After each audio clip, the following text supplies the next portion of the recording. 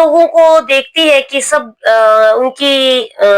लोग जो है वो अपनी रोजी-रोटी की पूर्ति करने के लिए दूसरों के घरों में काम करने के लिए जाते हैं और ऐसे ही मेरी माँ जाती है, तो उसने सोचा कि एक दिन मैं बड़ी बन जाऊँगी और अपनी माँ को काम पर लोगों के घरों में काम करने के लिए नहीं भेजूँगी और एक दिन मैं बाहर जाकर के यमन जाऊँगी और वहाँ से मेरी नर्स की जॉब लग जाएगी और मैं बहुत अमीर बन जाऊँगी। लेकिन ये ख्वाब देखते-देखते वो इतना गलत रास्ता पकड़ लेती है कि जिसने कभी भी ये नहीं सोचा होता है कि वही रास्ता जो उसने पकड़ा था, वो उसकी ज़िंदगी की एक फांसी की सज़ा बन करके अब सामने आएगा कि इसको सरकार जो है वो फांसी की सज़ा देगी। राधे-राधे, नमस्कार। आप लोगों ने चलिए बहुत ज़्यादा हार्दिक अभिनंदन दोस्तों। आप लोग पूरी कहानी सुनना तभी आपको पता चलेगा कि आखिर ये कहानी है क्या और हुआ क्या। तो चलिए आज की कहानी जो है वो केरल की है। साल 2008 की बात है। केरल की रहने वाली 19 साल की जो निमिषा प्रिया होती है, वो अपनी माँ को दूसरे के घरों में रोज काम करते हुए देखती हैं और निमिषा प्रिया सोचती है कि एक दिन वो घर की जो बुरी हालत है उसको सुधार देंगी, एक दिन वो जो है वो अमीर बन जाएंगी। फिर वो यमन जाने का फैसला करती है। यमन इसलिए क्योंकि उन्होंने नर्सिंग का कोर्स किया था और वहां उन्हें आसानी से नौकरी मिल सकती थी।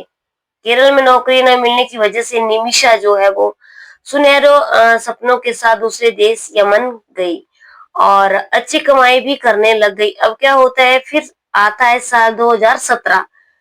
2017 की बात है, खबर आती है कि केरल की रहने वाली निमिषा ने अपने business partner Talal Abdo Mahdi की हत्या कर दी है।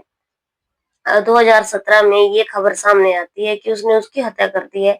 मेहदी की हत्या के आरोप में यमन के जो शरिया कानून के तहत निमिषा प्रिया को फांसी की सजा सुनाई गई और लाख कोशिश करने के बावजूद भी निमिषा की फांसी का दिन मुकर्रर कर दिया गया। निमिषा को अगले ही हफ्ते दोस्तों बुधवार 16 जुलाई की फांसी की सजा मिलेगी। अब मैं आपको पूरी कहानी सुनती हूँ कि आखिर कहानी क्या है। केरल की जो निमिषा है, पढ़ाई में काफी अच्छी थी लेकिन घर की हालत ठीक नहीं थी, जिस वजह से उनकी माँ जो है वो पढ़ाई का खर्चा नहीं उठा पा रही थी।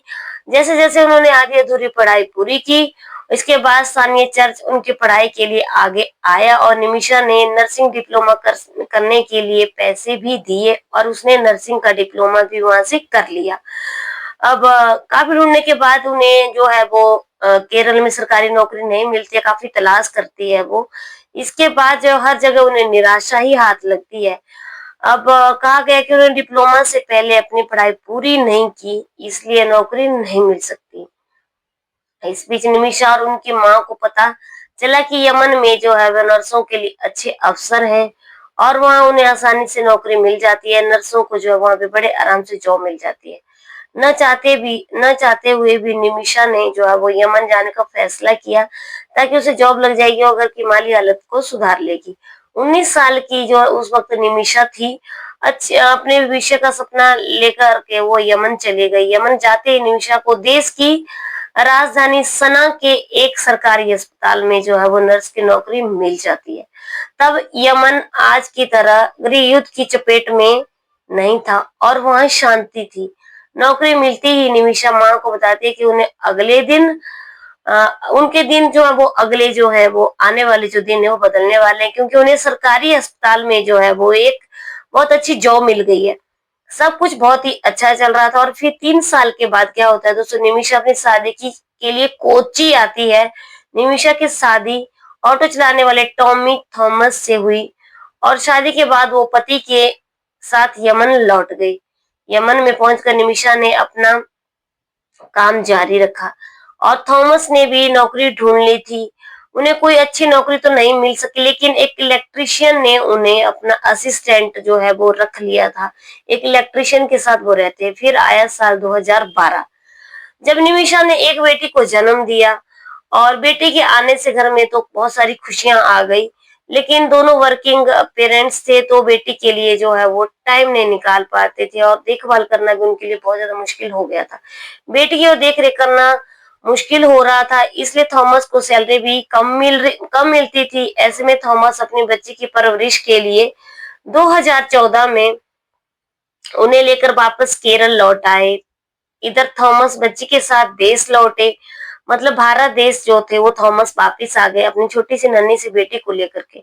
उधर यमन में गृह युद्ध जो था वो शुरू हो गया था और भारतीयों को यमन के नए वीजा मिलने बंद हो गए थे। कोई भी भारत का जो है वो यमन नहीं जा सकता था, उन लोगों ने वीजा बंद कर दिए थे। गृह युद्ध की शुरुआत में यमन के हालात ज्यादा खराब नहीं थे और बेटी से दूर निमिषा सोचने लगी कि कैसे वो अपनी कमाई बढ़ाए ताकि पति और बच्ची को जो है वो बच्ची को आराम से यमन में बुला सके।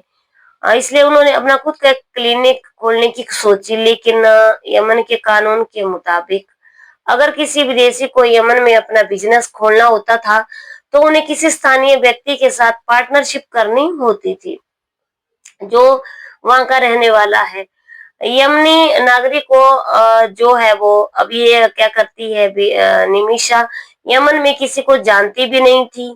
तभी उन्हें ख्याल आता है कि महदी का जिसकी पत्नी ने उनके सरकारी अस्पताल में अपना बच्चा जन्मा था, जहाँ निमिषा काम करती थी। मेहदी और उसके परिवार ने निमिषा की जान पहचान बहुत अच्छी तरीके से हो गई थी। वो मेहदी के परिवार को बहुत अच्छी तरह से जानती थी क्योंकि उसने उनके बच्चे की डिलीवरी करवाई थी।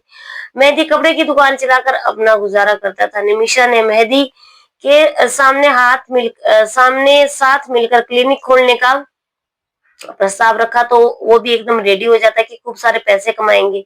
क्लिनिक खोलने से पहले जनवरी 2015 में निमिषा ने अपनी बेटी के पोस्टमार्टम के लिए भारत आई और उसके बाद जो है वो इसके बाद उसने मेहदी भी उसके साथ आया था। केरल में 1 महीने रहने के दौरान निमिषा और उसके पति ने उधार आदि लेकर करीब 50 लाख रुपए जुटाए ताकि वो वापस जाकर क्लिनिक खोल सके, लेकिन मेहदी ने इसी दौरान निमिषा के घर से उनकी शादी की तस्वीरें चुरा ली।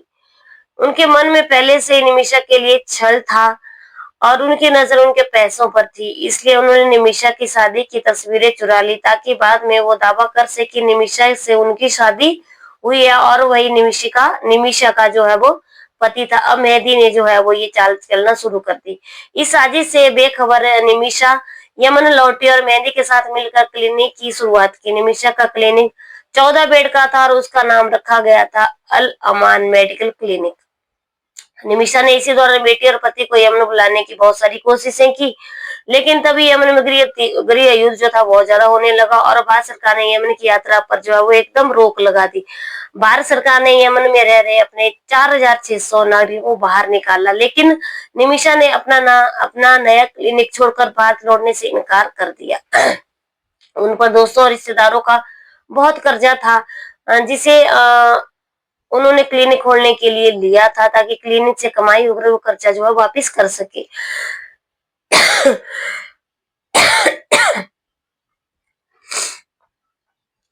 अब निमिषा का क्लिनिक अच्छा चलने लगा और इसी बीच मेहदी ने उसे अपना असली रंग जो है वो दिखाना शुरू कर दिया। उसने सबको बता दिया कि निमिषा उसकी पत्नी है और क्लिनिक में होने वाली कमाई उनसे निमिषा ने छीनना शुरू कर दिया। मेहदी ने हड़प लिया कि मां प्रेमा कुमारी की तरफ से दिल्ली हाई कोर्ट ने दायर याचिका के मुताबिक निमिषा के क्लिनिक खोलने के बाद ही जो है वो मेहदी ने क्लिनिक के कागजात से छेड़खानी शुरू कर दी थी और जो कमाई थी उसको हड़पना शुरू कर दिया था। वो सबसे कहता था कि निमिषा मेरी पत्नी है और क्लिनिक की कमाई भी रखनी शुरू कर दी थी। निमिषा ने आरोप लगाया कि मेहदी सालों तक उसके साथ और उसके परिवार को प्रताड़ित किया। मेहदी ने उसका पासपोर्ट भी रख लिया था ताकि वो यमन से भाग ना सके। वो ड्रग्स लेता था और निमिषा को टॉर्चर करता था। उसने कई बार बंदूक की नोक पर निमिषा को धमकी भी दी। उसने क्लिनिक के सारे पैसे रख लिए और उसके सारे गहने जो थे वो उसे निमिषा से जबरदस्ती छीने।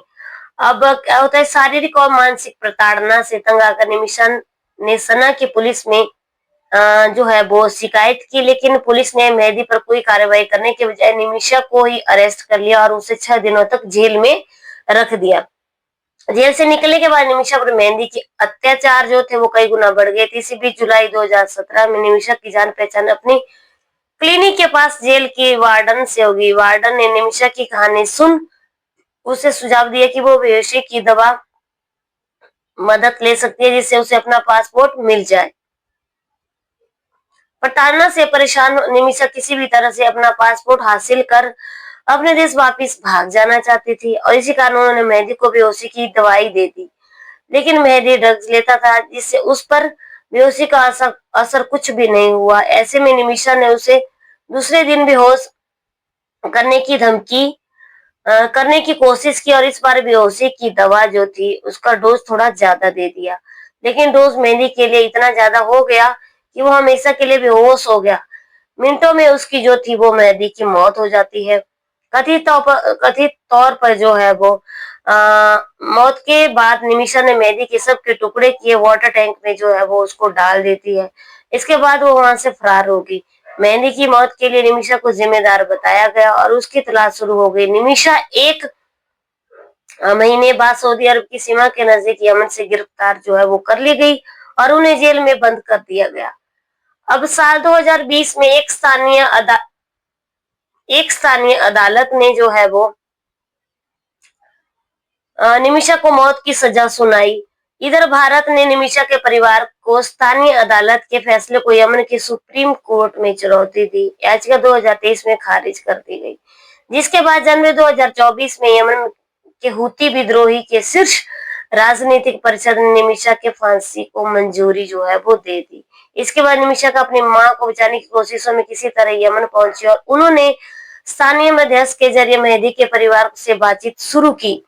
निमिषा को बचाने का एक ही रास्ता है और वो है पीड़ित मेहदी के परिवार का निमिषा को ब्लड मनी के बदले में माफ करना। निमिषा के परिवार के वकील का कहना है कि मध्यस्थता वार्ता के तहत 2 बार 19 लाख रुपए की मांग की गई थी और भारतीय दूतावास के जरिए मेहदी पक्ष के वकील को 38 लाख रुपए भेजे जा चुके हैं। बावजूद इसके निमिषा की मौत की सजा नहीं टाली जा सकी है। निमिषा प्रिया को बचाने के लिए सेव निमिषा प्रिया इंटरनेशनल एक्शन काउंसिल नाम से एक समूह बनाया गया है, जिसकी मदद से ब्लड मनी के लिए पैसे जमा किए गए हैं। निमिषा के परिवार के वकील ने बताया कि मेहदी के परिवार को 10 लाख डॉलर तक की पेशकश की गई है, लेकिन अभी तक बात नहीं बन पाई है। निमिषा को फांसी की सजा अब बस सिर्फ 6 दिन बचे हुए हैं, लेकिन कोशिशें अब भी जारी हैं। निमिषा के पति और उनकी 13 साल की बेटी को अब किसी चमत्कार की जो है वो आस है। जनवरी 2025 में बीबीसी से बात करते हुए निमिषा के पति थॉमस ने कहा कि बेटी हर मंगलवार को अपनी माँ से बात करती है और जब भी बात करती है तो उसका एक ही सवाल होता है कि माँ कब वापिस आओगी।